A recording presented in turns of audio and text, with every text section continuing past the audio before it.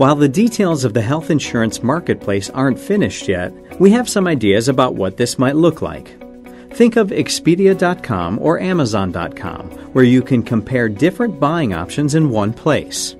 The marketplace will be similar, an online website with clear information to help you compare insurance plans from various companies and then purchase what's best for you. If you don't have access to a computer or the internet, you'll be able to reach the marketplace by phone, and in certain areas, walk-in centers are available. The marketplace is also meant to give you simple, clear information to help you compare plans and choose one that's best for you. For example, there are 4 plan levels available on the marketplace: Bronze, Silver, Gold, and Platinum. All plans on the marketplace must fit into one of these 4 levels to help you make easy comparisons in coverage and costs. About the costs, the law states that the marketplace will be the only place to get different subsidies like tax credits and reduced cost sharing that can help lower your insurance costs overall. The law is designed so that more people will qualify for subsidies based on income and family size. We don't have all the answers yet about what the marketplace will look like, but it will become much clearer throughout 2013.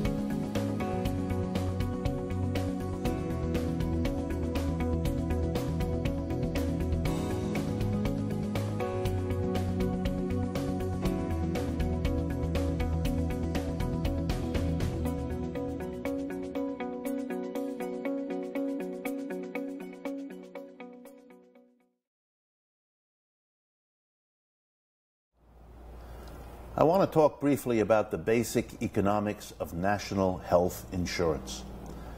The United States is one of the very few advanced industrial countries that does not provide, as a matter of right to all of its citizens, a national governmental-run health insurance system. One that is available to you whether you're employed or not, whether you have a job, don't have a job, or changing jobs. One that gives you the guarantee that just like you have the right to vote and the right to go into a public park and the right to call for police or fire people to help you when you have a need, you also have the right to seek and find professional medical care as and when you, your body, and your mind need it. Why does the United States not do it? Well, one answer is often given, that it is somehow too expensive, that it is somehow a privilege that will be abused by people who visit the doctor too often or seek frivolous medical care, and so on. It's also claimed that our old people are somehow too numerous or too needy or too sick. None of those things are true. We do have the most expensive medical care system in the United States, but it's not because our medical care is the best. Far from it. The United States does not rank high on, for example, the average age of death. How old are you when you die? Americans don't live as long as other people in these countries that have national health. The number of children that make it to the first birthday, it's not so great in the United States. We're way from far below #1. So we don't have a medical care system that justifies the enormously higher amount of money we spend in this country compared to other countries whose medical results are as good or better than our own. I think the problem lies in the medical cost side of the equation. It's not that we have too many old people, and it's not that we give them too much care. It's that we pay too much. Let me go through that with you. First, in many countries, the government goes to the drug companies and medical companies, companies that make medicines and medical equipment, and it buys in bulk from them. And then it turns over the savings, it passes them on from buying in bulk. And you know, if you buy medical equipment, you get the same discount if you buy a lot of it that you do if you go to a discount store and buy a lot of rolls of toilet paper. It's cheaper per roll than if you did it one by one. The government comes in, buys en masse. Drug companies make a modest profit, but not the one they can if they sell each individual roll or each individual bottle of pills. If we did that in the United States, which we don't do, the cost of medicines and the cost of medical equipment would drop drastically.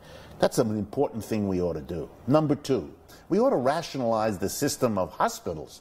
We have in many communities competing hospitals. You might want competing stores for certain kinds of things, but a competing hospital, a situation in which 2, 3, 4 hospitals in an area all have the same equipment, very expensive, that they each use 1/4 of the time. Imagine the savings if we had a rational system in which a key machine, a scanner, or any one of the major kinds of machines were available in a rational basis. Huge saving in cost.